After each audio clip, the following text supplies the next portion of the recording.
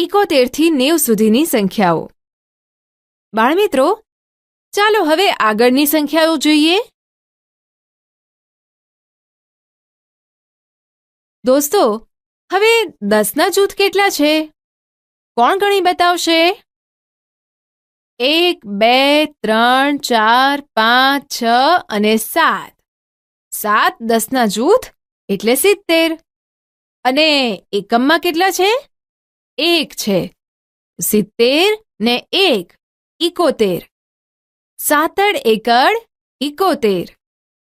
એ મુજબ 7 દશક બરાબર 70 અને એકમમાં 2 દિવાસળી છે. 70 પછી 71 અને 72. 7 બગડ 72. ચાલો હવે જુઓ, ક્યાં ખાલી જગ્યા છે? હા, એકમમાં દિવાસળી નથી, તો ત્યાં કેટલી દિવાસળી દોરીશું? સાચો જવાબ 3, કારણ કે એકમમાં 3 લખ્યા છે, તો આ દોરી દીધી 3 દિવાસળી. હવે 70 પછી 71, 72 અને 73. 70 ને 3 73. 7 તગડ 73. એવી જ રીતે 7 10ના જૂથ બરાબર 70 અને 4 ખુલ્લી દિવાસળી એકમમાં છે, એટલે 70 પછી 71, 72, 73 અને 74. 70 ને 4 74. 7 ચોગડ 74. હવે ગોળમાં સંખ્યા લખવાની છે. કઈ રીતે સંખ્યા મેળવીશું? 7 દશકના 7 પહેલા મૂકીએ. તો હવે જુઓ, એકમ કેટલા છે? એકમમાં 1, 2, 3, 4 અને 5 છે. એકમના સ્થાનમાં 5 લખો. 70 પછી 71, 72, 73, 74 અને 75. 70 ને 5 75. 7 5 75. દોસ્તો, હવે 7 10ના જૂથ એટલે 7 દશક અને 6 એકમ આપ્યા છે, પણ દિવાસળી નથી, એટલે ત્યાં 6 દિવાસળી દોરીએ. તો આ દોરી દીધી 6 દિવાસળી. હવે 70 પછી 71, 72, 73, 74, 75 અને 76. 70 ને 6 76. 7 છગડ 76. પછી 7 દશકના 70 અને એકમ પણ 7 છે, એટલે 70 પછી 71, 72, 73, 74, 75, 76 અને 77. 70 ને 7 77. 2 સાતડા 77. એવી જ રીતે 7 દશકના 70 અને એકમના 8 છે, એટલે 70 પછી 71, 72, 73, 74, 75, 76, 77 અને 78. 70 ને 8 78. 7 8 78.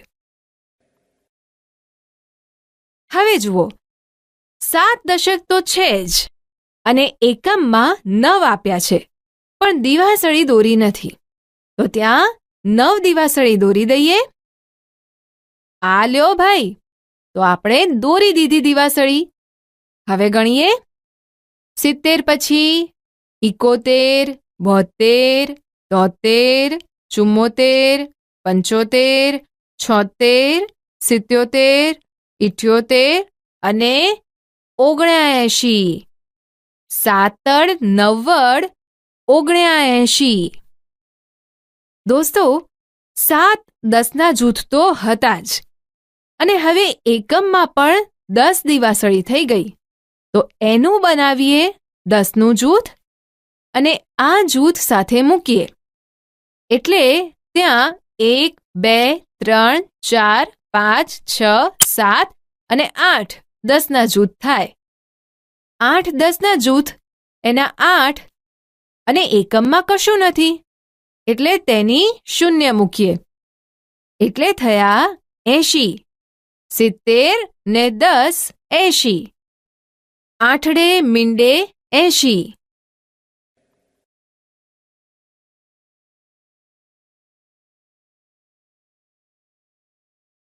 આઠ દસના જૂથ એટલે 8 દશક. 8 દશક એટલે 80. ખુલ્લી દિવાસળી 1 છે એટલે કે 1 એકમ છે. 80 ને 1 81.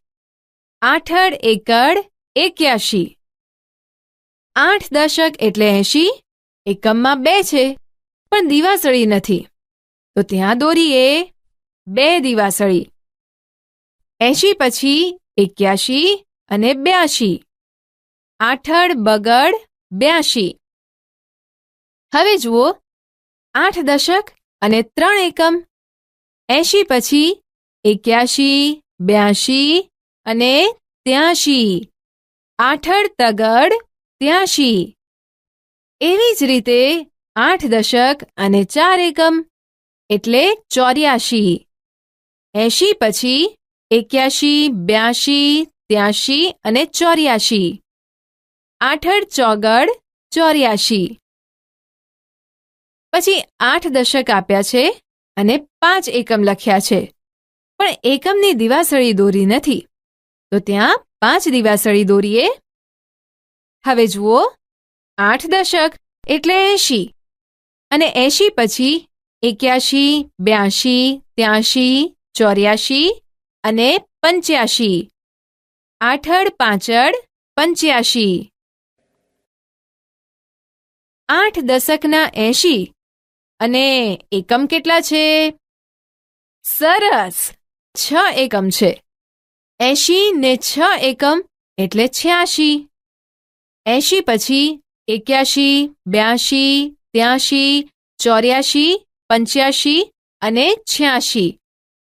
આઠડ છગડ 86.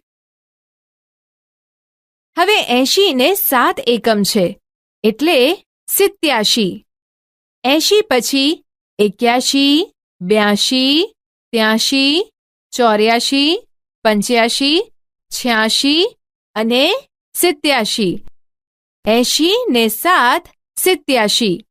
આઠડ સાતડ 87. હવે જુઓ 8 દશક છે પણ એકમમાં દિવાસળી નથી ત્યાં આપણે કેટલી દિવાસળી દોરીશું? 8 એકમ લખ્યા છે એટલે 8 દિવાસળી દોરવી પડે ને તો આ દોરાઈ ગઈ 8 દિવાસળી. હવે ગણીએ 80 પછી 81 82 83 84 85 86 87 અને 88. 80 ને 8 88. 2 આઠડા 88. દોસ્તો હવે 8 દશકના 80 તો છે જ અને એકમ છે 9. 80 ને 9 89.